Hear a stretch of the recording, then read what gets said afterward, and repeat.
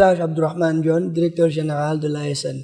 Alors, la politique nationale de la qualité, tout d'abord, il faut rappeler que le Sénégal s'est doté d'une politique nationale de la qualité depuis 2017, à l'instar donc des pays de la CEDEAO. Et donc, cette politique nationale de la qualité était arrimée à la politique régionale de la qualité de la CEDEAO. Et donc, nous avions en 2020 déjà procédé à la réactualisation du plan d'action de cette politique nationale de la qualité. Et en 2024, avec le changement de gouvernement, mais aussi l'élaboration et la publication de la nouvelle vision Sénégal 2050, nous avons entrepris déjà l'évaluation du plan d'action de la politique nationale de la qualité, mais également sa révision pour procéder à son alignement aux différents axes de l'agenda national de transformation Sénégal 2050, mais aussi pour son alignement avec la politique africaine de la qualité qui a été publiée il y a 2 ans de cela et qui doit permettre au pays de mieux, en tout cas, engager leur tissu productif dans la mise en œuvre de la ZLECAf. Cette nouvelle politique nationale de la qualité du Sénégal, donc, a cela de spécifique qu'elle se décline en projet.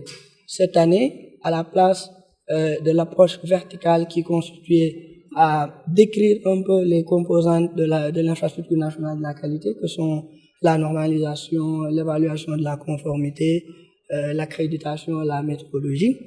Cette année, nous avons voulu aller plus loin. Nous avons voulu partir des besoins des différentes filières prioritaires du pays et voir dans quelle mesure cette infrastructure nationale de la qualité-là peut permettre le développement et la promotion de ces filières pour soutenir le développement endogène et la souveraineté économique du Sénégal. C'est la raison pour laquelle, à travers des sessions thématiques sectorielles que nous avons tenues pour l'élaboration de cette nouvelle politique nationale de la qualité, nous sommes ressortis aujourd'hui avec un portefeuille de projets qu'on peut décliner en 3 ou 4 groupes.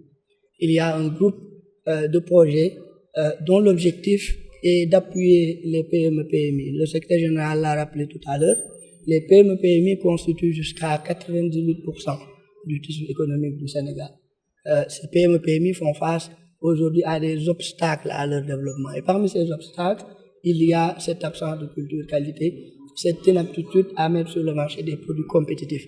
Nous essayons d'y apporter une solution à travers cette nouvelle politique nationale de la qualité qui sera sous la forme de normes à élaborer, mais également d'incitation et de facilitation pour l'accès à la certification. L'autre groupe, c'est l'appui à l'administration publique. On parle souvent de modernisation de l'administration publique. On parle de l'efficacité et de l'efficience de l'administration publique. Et aujourd'hui, il a été démontré qu'en utilisant les normes de système de management de la qualité, on peut effectivement améliorer, optimiser les rendements de l'administration publique. Donc, on a un groupe de projets dans ce sens. Il y a un autre groupe de projets, si vous permettez, et qui concerne la transparence. ISO, l'Organisation internationale de normalisation, a produit des normes pour la promotion de la transparence. Notamment, il y a la norme ISO 37001 pour la lutte anticorruption. Et aujourd'hui, on a un projet qui va permettre la mise en œuvre donc dans les structures publiques, en tout cas d'intérêt, de cette norme ISO 37001, mais également de la norme sur les lanceurs d'alerte pour favoriser un environnement de transparence pour lutter contre la corruption au Sénégal pour donc le développement à l'horizon de 2050. Alors, comme vous avez vu après la cérémonie officielle, nous avons procédé à la remise de certificats de conformité. Au Sénégal, nous avons un programme de certification de produits avec une marque nationale qui est la propriété du gouvernement du Sénégal, la marque SNS Qualité Sénégal, et le gouvernement en a confié la gestion à l'ASN.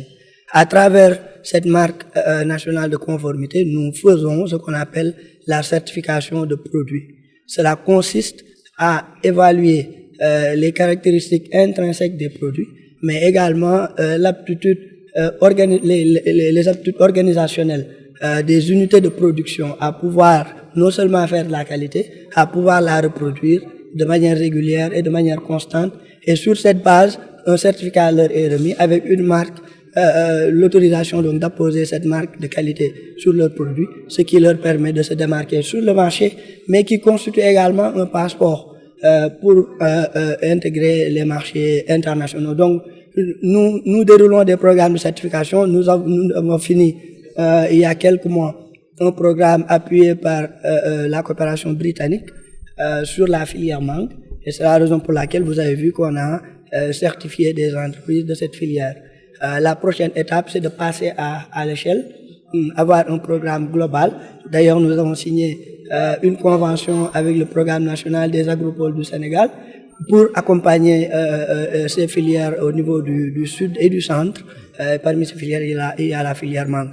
Nous avons un autre projet de certification, cette fois-ci avec l'Organisation africaine de normalisation, qui consiste à accompagner des PME sénégalaises dans les secteurs du textile et des cuirs de peau pour qu'ils puissent avoir la marque africaine de certification. Parce qu'avec la SLECAF, nous devons non seulement préparer nos PME à prendre leur place sur notre marché local, mais également à pouvoir aller compétir au niveau africain, parce que ça leur ouvre un marché de plus d'1 milliard de personnes comparé aux 18 millions de Sénégalais.